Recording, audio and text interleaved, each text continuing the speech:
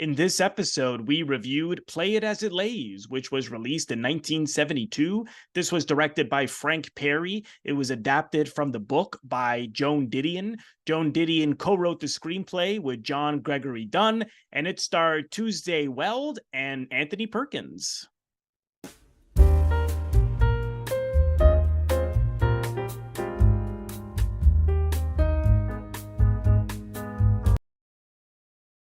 Welcome to Robert Bellissimo at the Movies. This is a YouTube video podcast exploring. I see you dancing there. I'm like, welcome to Robert Bellissimo at the Movies. This is a YouTube video podcast exploring storytelling on film, as well as interviews with industry professionals who work in film, television, theater, among other areas of the arts. If you follow my channel, you will know my next guest, who is a regular. Her name is Janae Rachel Ballo. She is a writer, producer, and director. Some of her credits include the web series Managed, Contract Player, and she has an upcoming biopic on one of the stars of this film we're discussing today, Anthony Perkins, called Don't Fence Me In. Janae, welcome back. Always a pleasure. It's been a second, hasn't it? Yeah. No, thank you for having me. My pleasure. Before we jump into the review, for people who perhaps have not seen it, or if you haven't seen it in a while, the synopsis, I give a brief synopsis. Burned out B-movie actress, they say Mariah, I don't know why, because it's spelled Maria. Maria, depressed and frustrated with her loveless marriage to an ambitious film director, Carter Lang, who would rather work on his career than on his relationship with her, numbs herself with drugs and sex with strangers. Only her friendship with a sensitive gay movie producer, BZ, played by Anthony Perkins, offers a semblance of solace. But even that relationship proves to be fleeting amidst the empty decadence of Hollywood. Oh my gosh, right. It's like my childhood. It's hard. I actually thought that was a pretty good summary, because this movie is really hard to sum up because it's so complicated, and it's all a memory as well. Like, we start with her in this mental institution, walking the grounds, and everything is her telling the story to us and these bits and pieces of her memory. So it's a little hard to follow the first time you've seen it, at least for me. So I've seen it a few times now. But was this a film, because I know when you were a teenager, you saw, probably everything with Perkins. Was this also something you saw when you were young? I was obsessed with Perkins, Right. I had a shrine. I had to invite everybody to it every night at 9 p.m. Nice. And hail Tony.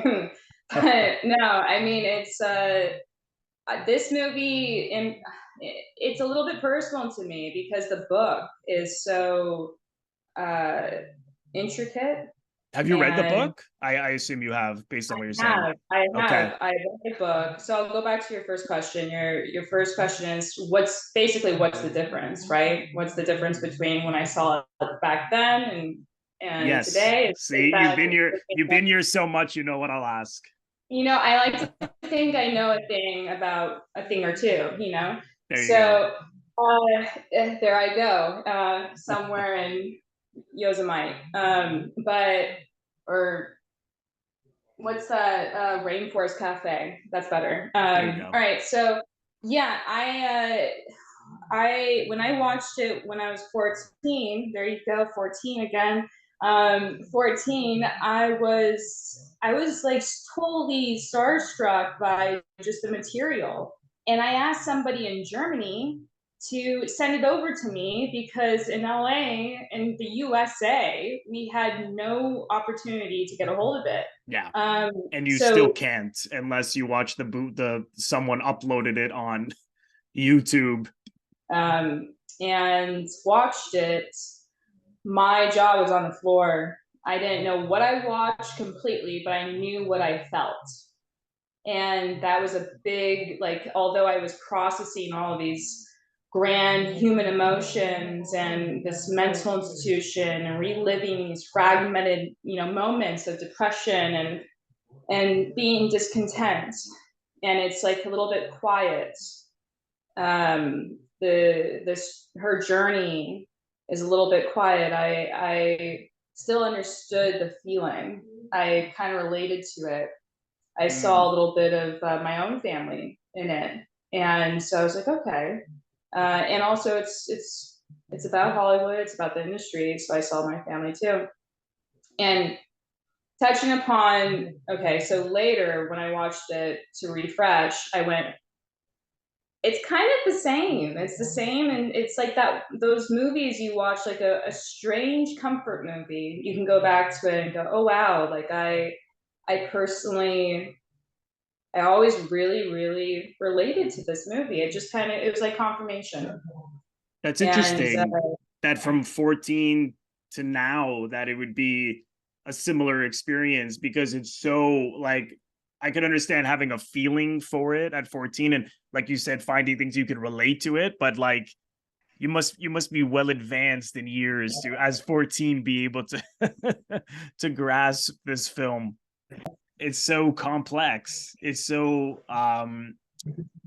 it's very adult. So I can see that you could I don't relate to know if certain. I relate. Look, you make a good point. I don't know if I actually related to it the same way. Maybe I just think too highly of myself, and I'm a pretentious little cinephile, a pretentious little prick. No, I can see that. No. nobody wants to see that. That's why I'm alone in this room. Yeah, Like, that's why you're alone in the jungle there. yeah, I'm alone in the freaking jungle. Like nobody wants to be with me. Right.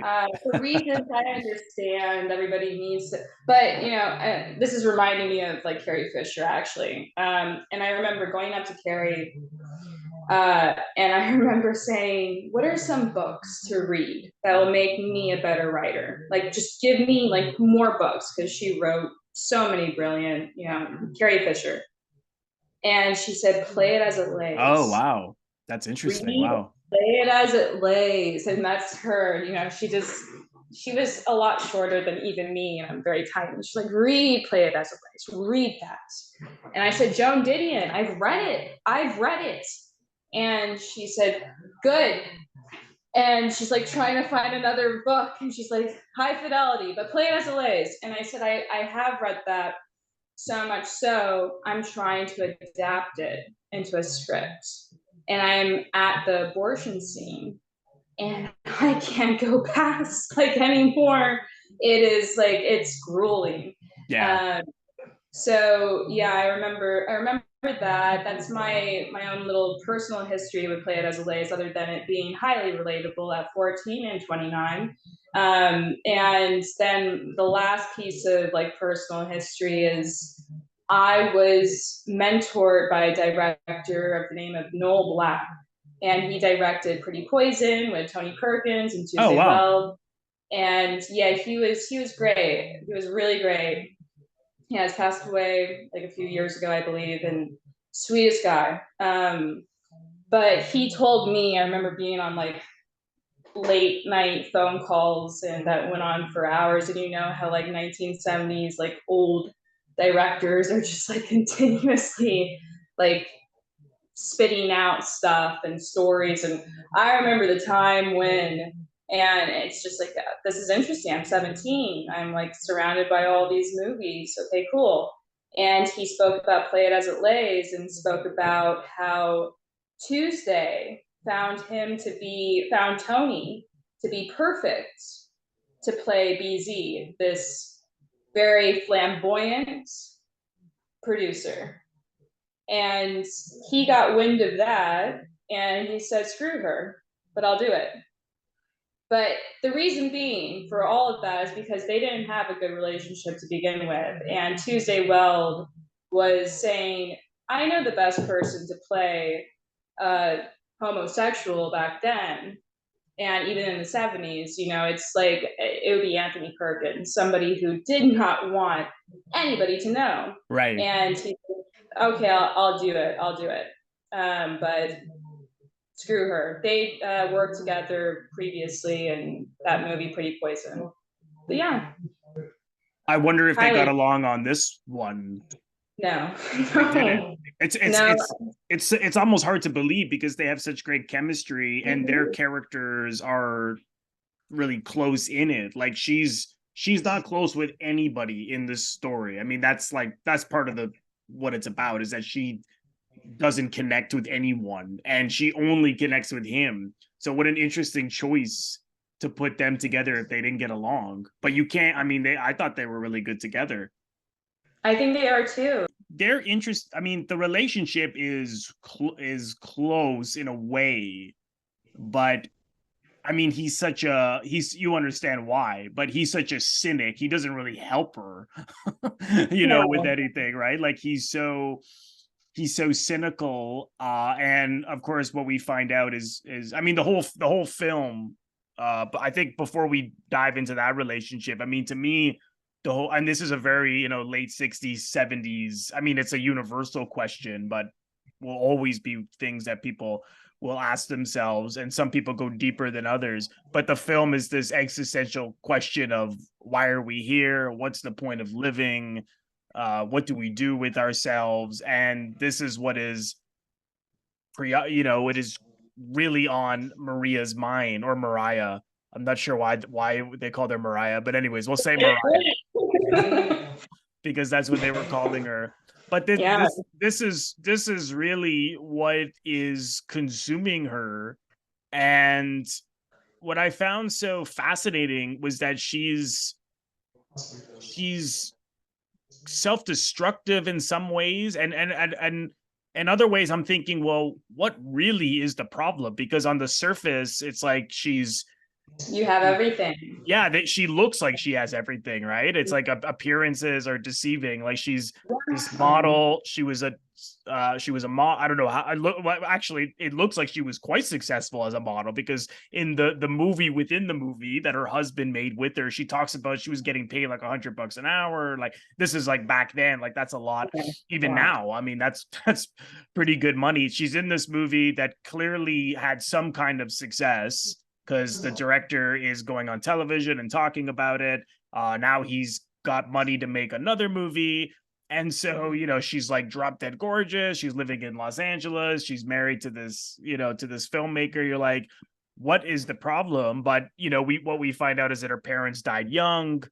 And this marriage is not going very well. That they had this foster child that the husband put in a mental institution, and this has really destroyed her in a lot of ways. And of course, once they separated, she had an affair with someone, and she found out she was pregnant. And what I found ironic about the relationship with the husband is here's a guy who made this film about her, which he kept saying is not a performance. It was like he really got her, like the essence of her life Yeah. on film, got her to open. I would imagine that was the attraction for her, was that he was like able to put his attention on her, whereas everybody else throughout the film, no one seems to be giving her, like really seeing her problems. And I imagine that was the attraction. And so he was able to capture this on film, and then but yet in the relationship he can't help her at all. Like so, which is ironic because you would think like he would take like a psychiatrist to get someone to open up that much, or someone so empathetic and interested. But it's one thing when you're doing it for your film because it's serving him. Yep. But in life it's Mhm. it's very different when it's a relationship, because Oh yeah, it it's takes not work all about, then. but for Yeah. him clearly Yeah. it's just he can't deal with her. He doesn't know how to help her, and he tries to solve problems in a very like cut and dry way. Like the foster child has problems, okay, put her in the mental institution. And Yeah. it looked like like Mariah didn't want this to happen. We don't know the extent of the troubles.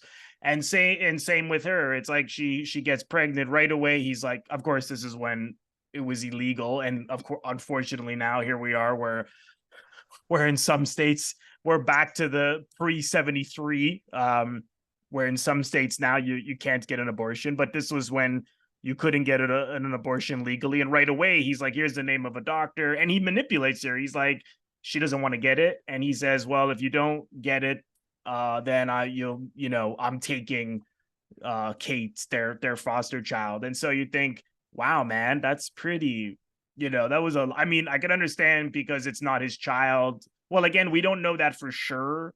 She asks, and it's a little vague as to, but it doesn't matter. I mean, at the same time, it's like he was so cold.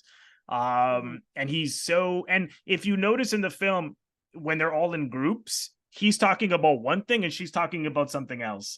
And she's talking to him and he's doing something. Like they're never in sync. Like the whole film. I thought that was really interesting how they captured that, because people are like that. You get into these Oh yeah. relationships where it's people seem so great and things on the surface look so amazing, and then the communication is just absolutely terrible. So I Yeah. found that to be quite remarkable. I just thought that was really Well, attention to detail, and that's what you always do with these reviews. You always like you hone in this like laser focused way to the detail, and it's true. Like we have so many of those relationships. That's why it's like it is a highly relatable movie if yeah one can look past, like, so just those little details really shows how out of sync they are and how in sync she is with BZ. And he's like, sure, he's cynical, but at least they kind of they have some unspoken understanding, it yeah seems. Yeah. yeah and I like very early in the movie these group scenes where we have like his mother and then his quote unquote wife that we find out is being paid to be with him by the mother. Then we have Mariah there and her husband. And where was I going with this? Man, you got to keep that in. Yeah, I know. That'll be the blooper. Another thought that I had on that scene was that it was clear that this quote unquote masseuse that was there, this guy who was like chiseled, Yeah. no shirt, it was clearly like a boyfriend or someone that BZ was dating. And the whole thing is so uncomfortable, but you can see that Mariah cannot stand the mother because, well, first of all, she's like prejudiced against Mexican people. And that Mariah is clearly knows about this payments that are going on. And you see every now and then she throws a question at the mother to get some kind of truth out of her. And then later when they're together again, she's even more blunt. She's like, oh, so why are you paying for them to stay together? And you see BZ just laughs. And my impression is that he deals with his mother just with like a sense of humor. Like he laughs, like she's being insensitive about like the fact that their child is in a mental institution. And you see right away, he's like, oh, wow, mother, what a great way to put it. Like he clearly can't deal with her. And we only see I'm sorry, Robert. He's like, that's the different Perkins. There's like different versions of Perkins as he, from Fear Strikes Out to Psycho to like today. And if I can do an impersonation of that guy, well, I can't. Never mind. But yeah, I heard him in you, like when you were talking just now. And so you forgot something, and I went on my tangent. No, I got actually that is what I was gonna say, was the fact that she's trying to get some kind of reality in these conversations, and it just never happens. I mean, what they're talking. I mean, first of all, they're talking about show business, of course. That's all the husband ever talks about. They're talking about later on. He's talking about, oh, when I'm not shooting, I love to go out for breakfast and meet my agents. And he's constantly talking shop. This guy, like he's this typical, Hollywood guy. Talking about himself, talking about what he has. Even later on, there's another scene when they're together and they're looking at I think a review of his film, and then again, she's talking about one something else, and then he's bringing it back to himself. He's like, "What did they say about my shooting style?"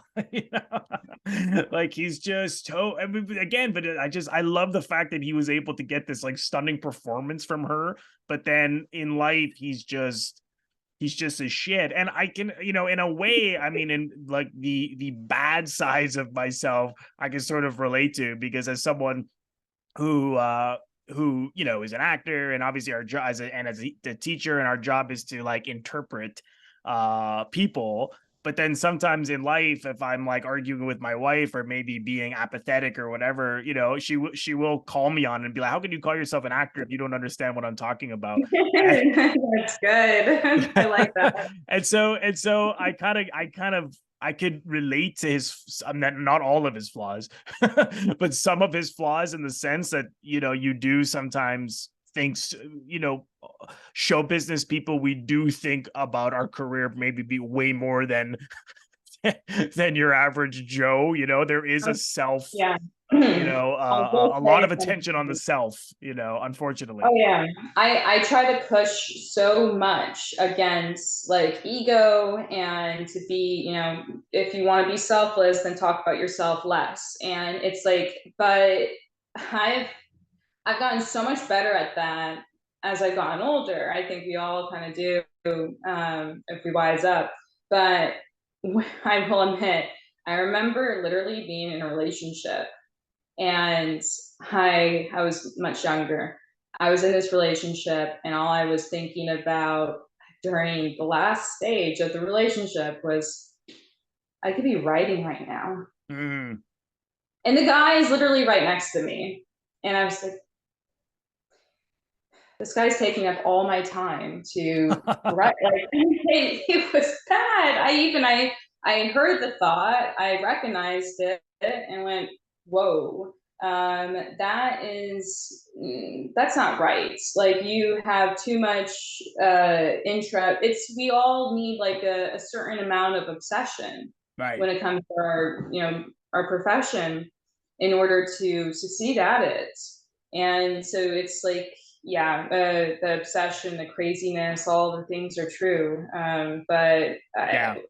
it's crazy. The more you spoke, though, I went, yeah, no, I really do relate to her. It does tie into a lot of different parts of me. Of, she wants to have. I've been in so many situations of like the show business talk, or just the surface level speak, and it's like I'm craving that deep conversation.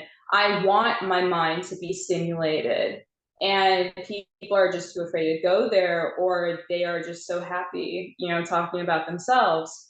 Right. And it's like, with her, she like goes into that whole analogy with the snake, Right. and nobody listens to her. And the analogy is like, I always botch it. I don't want to talk about it. You got to, if you want to, you can talk about what it Well, means. you know what? I have to be honest, because I mean, she talks about how, like, for many years, that when she would look at a plate of food, she sees a rattlesnake.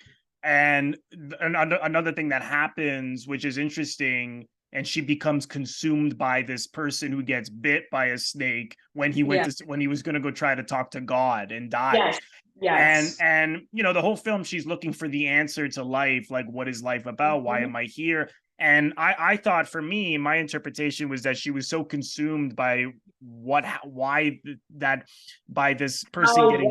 what is it? Why is it? All these Yeah, different questions that it's you're it's missing. almost as if she felt that person found some kind of an answer. Like, they went to talk Yeah. to God, and God's answer was, here's the bite. But I Yeah. wasn't too sure what and you even see early on in the film, Mhm.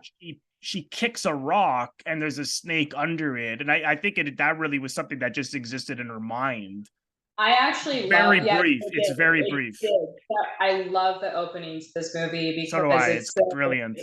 it's really brilliant, and it's also how it is. Like, just the way it's shot is how it is. So she's walking around the mental institution, recalling everything that has happened to her, Now, while I haven't had a cinematic moment like that, and I'm walking around this like big, it looks like the freaking Shining. Like Yeah, that's what it's I like thought. It looks like a nice place. it's a nice place. Yeah, Yeah, she's got some money still from modeling, yeah, but it's that $100 an hour. It does you good, but and then it intercuts like kind of violently with these images of her going into mental institution, of her getting her doing that narration, and it's like that's actually our minds. That's our exactly. minds. Yeah. No, they did that really well. I love the Yeah. editing of this, which is so rare today. You actually saw in even that's always been rare, is that like abrupt editing where Mm-hmm. it cuts like in the either in the middle of a scene or right at like the very end of the scene. There's no lingering of the people Yeah. coming in, coming out of the room. And that's how, again, like I said earlier, like the film is a memory, and that's how our mind works. We don't like think in terms like linear. We think about this, we think about that, and we think about these fragments, these moments. And occasionally it's kind of hard to tell if what these memories are, like if this is all like in order or not. I don't think it is. Like at one point you see her like Like in a car and she's social shooting out the survival. window, and then you see that again later when she's on her husband's movie set and she's like teaching that one guy how to shoot. And you never really know when these things happened, but it doesn't really matter. It's about just consuming her life, her relationships, her struggles, her problems, and the relationship with others. I love this the element of constantly being on the freeway. Like we see like so many like there's like this shot of like this helicopter shot, and it's her like talking to the doctor before she's about to go have this abortion, and it sounds like a tape recording, and it's her on Mhm. it's just a shot of this on the freeway, or we hear her, she's on the freeway and we hear another conversation with someone. There's constantly cars, Yeah. she's replacing her tire at a certain point, and the cop comes over and he's like, hey, where are you going? And she's like, I'm not going anywhere. So I took that as this, she just has this need to run, and she has Mm-hmm. just nowhere to go, right? And when you're on the freeway, it's another zen moment, right, where she could just live I in was space. She even says that in the mental institution, like it's just she's trying to just stay in the moment, and it's meditating basically. And Mhm. it's really the only time she finds any kind of peace. um it's really fascinating. I don't know You know, why I just love this movie so much. When I first saw it, I really liked it, and I just the other day watched it back to back because it's just a movie you can watch again and again. Because, like I said, the edit it begins with her being like, "Oh, they put me in this mental institution because of what happened," and you're like, "Well, what happened?" But you don't know till the end, right? So when you watch it again, it's so much more rewarding because now we know everything, and now we're able to see much more from just knowing the story. Otherwise, it is a little challenging because it's all in these bits and pieces, flashbacks. I don't know. Was that your experience as well? well, the first time when I saw it at 14, I was like, I was kind of boggy with how to pronounce Yeah, it. you got that right. Yeah, Discombobulated, I think. Yeah, yeah, all over the place. And because of that reason, but I knew like I remember being, I'm just going to say, when I was 14, even though I was just 14, I remember hearing Tony Perkins say, you're still playing and it's a game. Like life right. is a game. Like you can't, don't play with me now or stop playing now or something like that. You're still playing. And I just It's was all a like, game that one. Yeah, it's all a yeah, game that we play, and that's where play it as it lays, right? Which is play where well, that's a golf thing. I looked it up. Play it as it lays is actually something they say in golf. Wherever the yeah. ball lands, that's where you play it. Yeah, I found the editing, the non-linear structure. I've always loved Oh non-linear. man, My brain just works in that way I anyway. love it. So perfect. I love stories about people looking at themselves and trying to confront themselves, trying to confront their problems, and Yeah. trying to look for some kind of an answer. And which she Which kind of is basically finds, which life. It's life for me. It's life for you. I mean, it's my life right now, here today. It's like, okay, I'm gonna walk out, and at some point, I'm gonna say to myself, well, not what does it all mean? I don't ever think in those terms, but like, okay, what can I do to make it mean more? And that right. can still be weighty, and that can still be consuming. Yeah. Um, so yeah, but it's, I like it because it definitely just puts a mirror up to all of our different issues, and no matter how much we want to look at them. Well, I think their main problem was like for her and Beezy was like this like lack of love. Like we were Mhm. saying, she's in this bad relationship. Her child's been taken away. Her parents died young. She's around people who are very consumed with Toxic. themselves Yeah. in an industry that is very superficial often. And BZ is a similar issue. He's being forced to marry someone that he is not in love with. I mean, he's gay. He has to hide that he's gay. And he tells that I mean, Perkins is so good in this movie. I mean, that monologue he says where his grandfather committed suicide, his father died of alcoholism, and he did the same thing she's doing. He went to look for the answer and he found nothing, right? And he keeps Yeah. saying, you're gonna be there, like you're gonna also find nothing. And she kind of finds that, but I mean, I know some people say that this film isn't very optimistic, but I think it is somewhat optimistic because in the end, the answer is basically she basically says, "Well, I know something that everybody doesn't know," and she goes, and they're like, "What?" And then she goes, "Why not?" And she smiles, and you think, "Well, yeah, like why you're That's a big thing to say after all of like those very strong statements. It's like, well, why not? Like, why not do it? I wonder how that's like a little bit of a Hollywood ending for a movie like this. yeah, yeah." Sorry, a Hollywood ending you found? Is that what you just said? Well, why she is saying, correct me if I'm wrong here, but she's saying, why not? Like, Yeah, why not live? yeah, Basically, yeah. So yeah. it's like it's not your because you want to save the world and bring the world peace, or it's not the uh, Miss America type answer, but it's still like that's uplifting to hear Yeah, someone like her say, "Why not?" That's pretty Hollywood ending to me for a movie so dark. yeah, I mean, I didn't find it so much Hollywood because I think if it was a Hollywood ending, like she would have got the daughter back, she would have found love again. Like it would have been Yeah, like so. To me, it was just enough that it was you felt that this person is not gonna kill themselves like Beezy, which yeah, we'll get into that that's scene, good. I'm sure. Yeah, like I just felt like I just gave me the feeling like I think this person will be all right. I think and I think in modern eyes, we may look at this and thinking, "Oh, she's got mental health issues." I mean, I think that's possible, but I think it was more just she's consumed by what is our purpose here, and because of her problems. And that again, this is a very late 60s thing. I mean, there was a lot of movies about this at the time where people were asking because of politics at the time.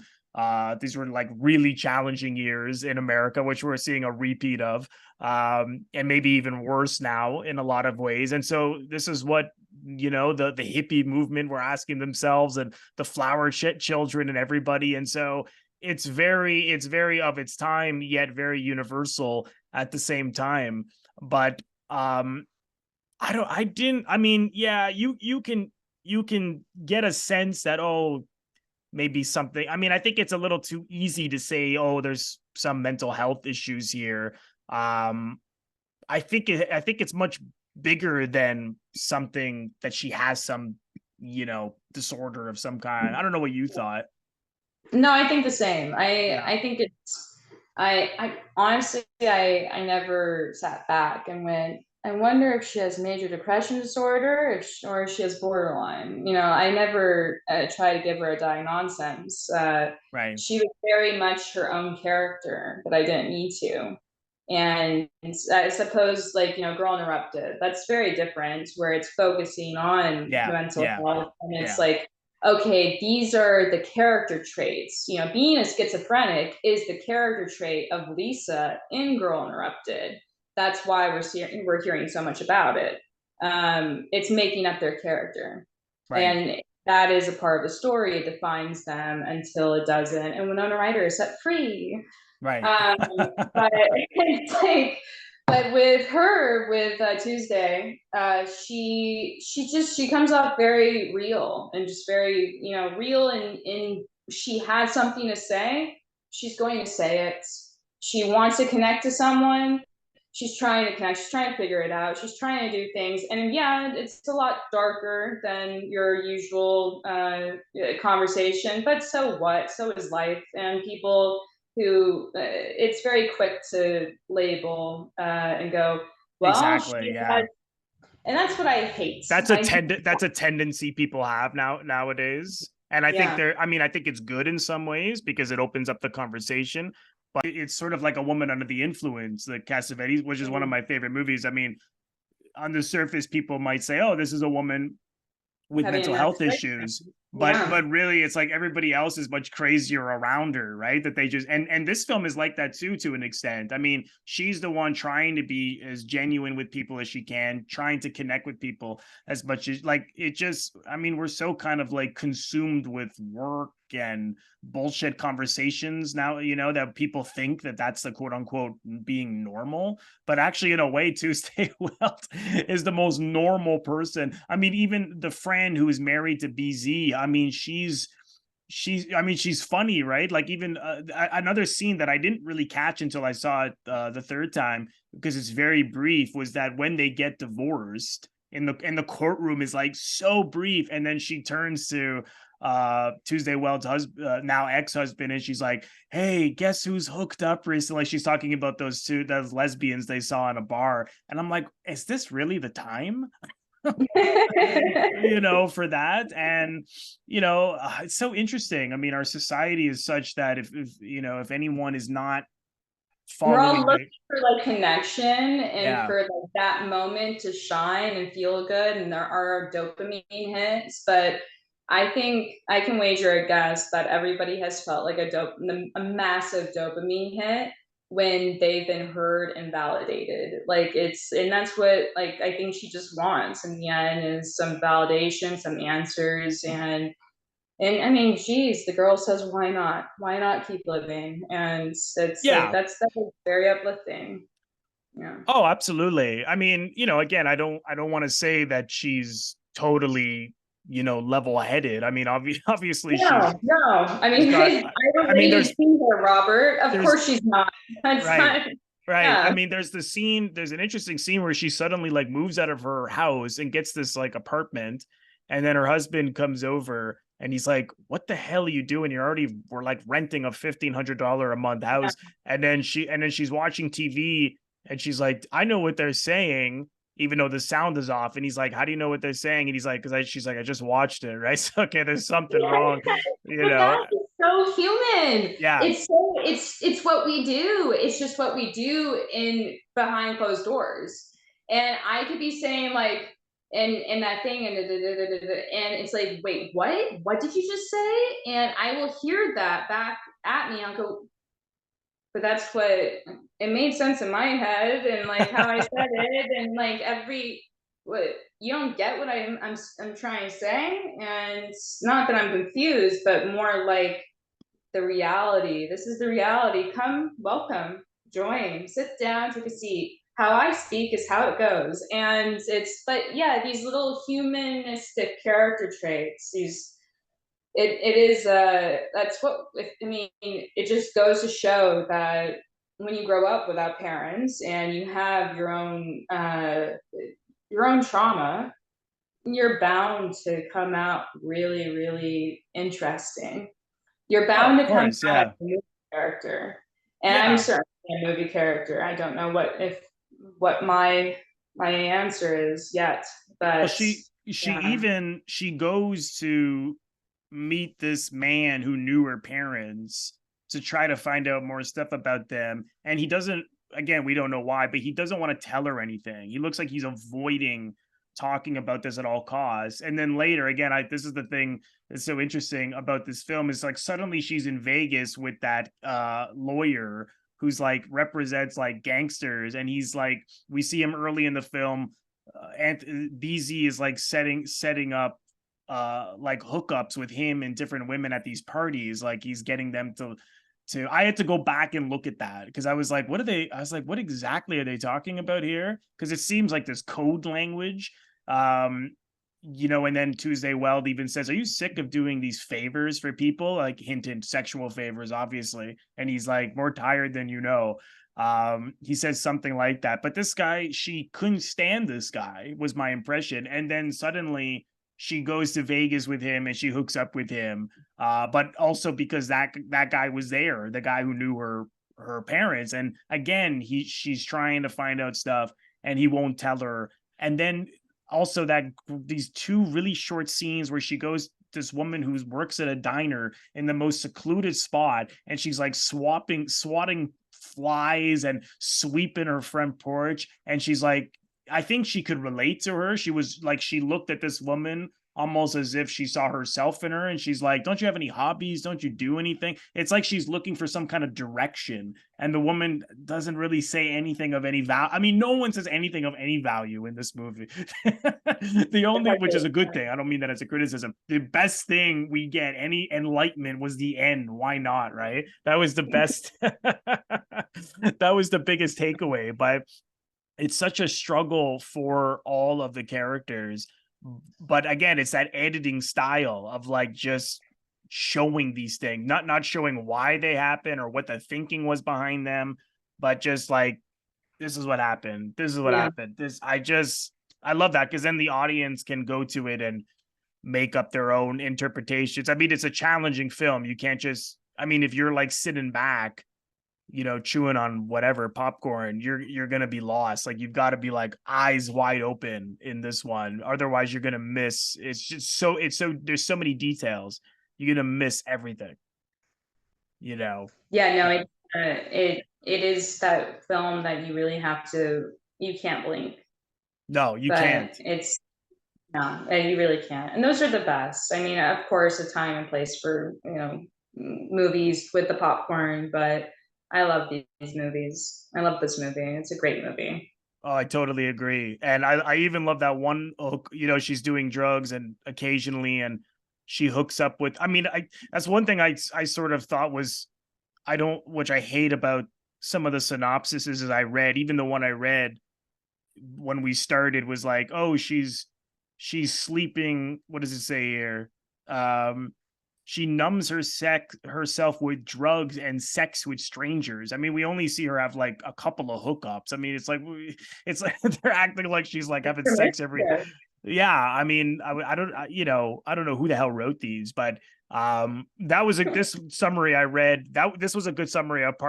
Just apart from that, I'm like, okay, we see her with like the one actor that like who's like this macho guy who picks her up, and then he's doing drugs and he's watching himself on TV. I couldn't help but laugh. Again, the all-consuming, and then clearly whoever she got pregnant with, she goes to see this guy in a hotel, and she's like, oh, I just had an abortion, and she's like laughing. And I guess this must have been the father because he's like, he looks like he's disturbed. He's like, oh, I wish you had told me. Maybe we could have. And then it just cuts away. That's it. That's all you get. Right. So who the hell this guy was, I have no idea. But I just love that. I don't know what it is about these, puzzle pieces. Not that you could just put them all together, but they offer so much to the viewer, I find. Well, usually with like movies like this, where the structure is like it's all over the place, the scene orders are out of place, like Internal Sunshine of the Spotless Mind, or Right. Right. what are some other ones? Similar thing of, Memento. yeah. Yeah, it's like Yeah. those movies you can actually go, and I've written scripts where it's nonlinear, but I mean that's like all I can. I wrote one script which was like a 2 act or 3 act structure, and it just like it really like it was hard, but it it's like there is a method to the madness. There you could see that, okay, for Eternal Sunshine, Spotless Mind, it starts at the end of their relationship and it goes all the way back. So although Right, it feels right. fragmented and it's still like his memory, it's like, but this, you could track it back. Yeah, Now, whereas this one is just, it's much harder and you don't really I need to. love Yeah.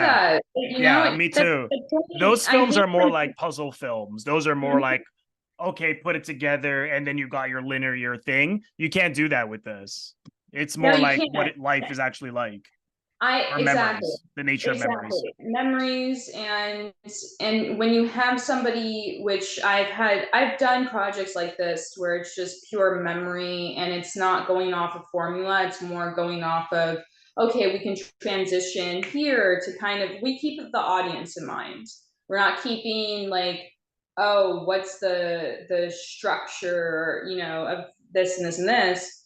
And I I kept hearing, you're gonna need like a formula. There needs to be a formula. It's just like the formula. There doesn't need to be a formula always. But I Exactly. think as consumers, we are pretty programmed to go, okay, you know, I don't Well, get that's what it. people are used to, right? Yeah, It's that conventional structure of, okay, here's your characters, here's what they're like, here's the inciting incident, here's the yeah, story arc conclusion.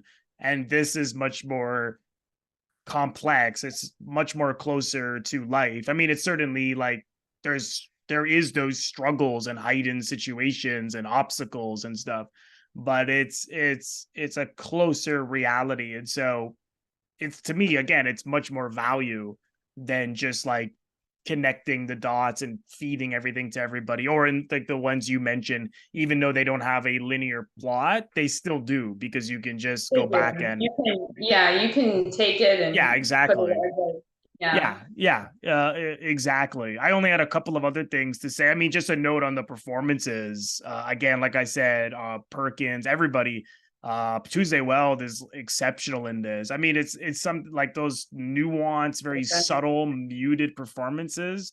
Much harder to do than people may think. Are just absolutely stunning. And the other thing I was going to say was how bleak LA looks. I mean, it looks so empty in this film. There is no glamour. There's no music in it as well, like at all. There's no score.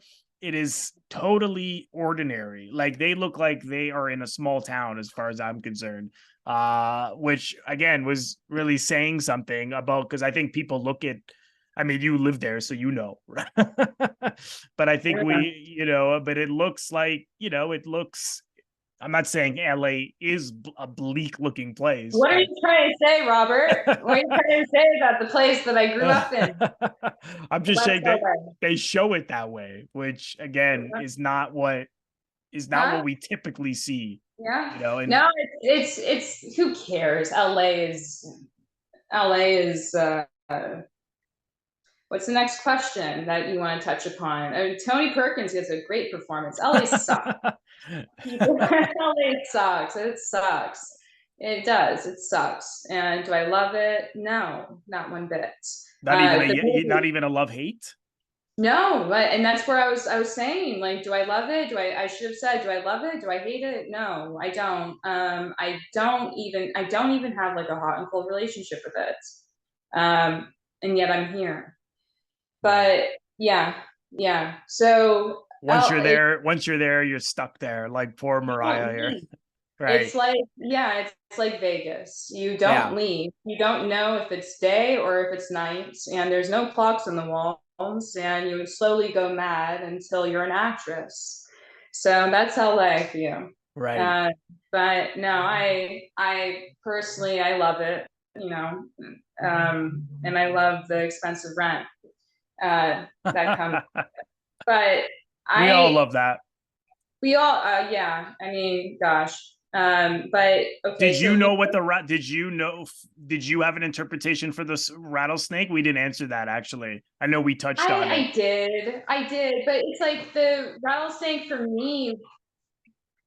Yeah, no, I did, but it has nothing to do with the actual like movie. Like it's one of those things to where you connect with art on a very cellular level, and it's very visceral, that you start to take away your own interpretations from it, but then you start to realize your interpretations have nothing to do with the film itself. You like have concocted something completely separate from it. Well, but And I think even I with Joan, remember something.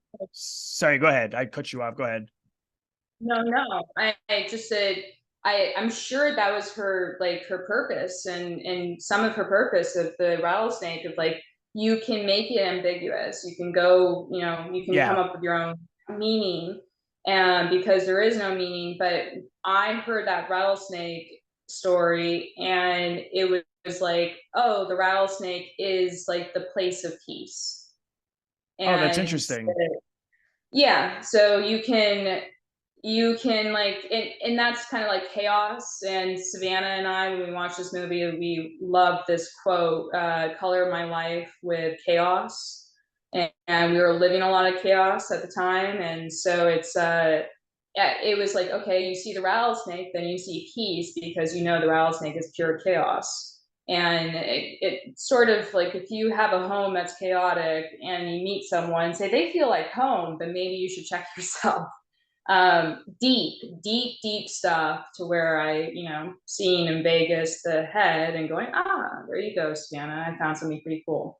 But I like how she just, that's very me in that scene. She's trying to talk about the rattlesnake and talk about the story, and how somebody is, how her dad told her this story, and she's just getting cut off left and right, and nobody's answering her, nobody's listening to her. um, and eventually BZ comes in, and he's like, he wraps it up, and wraps up the story, and he just makes it a point, drives it home with a few little words. Right. And you can see that very relatable longing to be understood, and Right. kind of like that feeling of, I was talking about something that I kind of had this like grip on, and means something, nobody's listening, boom, your self-esteem just plummets. And you see everybody's non-reaction, or their reaction to being in their own world. Or but yeah, that's some deep stuff right there. Robert, you should join. Well, I mean, I think it is, know. I think it is ambiguous. I mean, I really was like, what? I couldn't even think of what it was about. And I found like some different interpretations. Like one thing was that when you, under every rock there's a there can be a rattlesnake or not, and then so like the rattlesnake is like an inevitable tragedy, right? You just never know. You're gonna lift, something's gonna happen, and it's just inevitable. And so when you lift the rock, there's a rattlesnake, right? So that sort of made the most sense to me, because that's sort of what happens to her every step of the way. Not like, not every step of the way, but a lot in the film is like these things happen, and what's the answer? I mean, there is no answer. I mean, even down, like, you can see that it was traumatic for her to have had this abortion. And even like within the flashbacks, there's a flashback within the flashback, like she goes to throw something in the garbage, and sure enough, she goes back to getting the abortion of the fetus being thrown in the garbage. Or when she goes into the sink, turns the drain, same thing, right? It's like all of these flashes, these moments, these things that happen. Um, and of course, how we forgot to mention that the suicide scene, which is the only scene where we see a true connection, ironically, is when she's cuddling him, Yeah. and she allows him to do it, which again is interesting, which is why they committed her. But I didn't think it was insane at all. I think she knew like that this guy is a walking zombie, and maybe that was, And again, he's this is going to take the his life best no thing. matter what.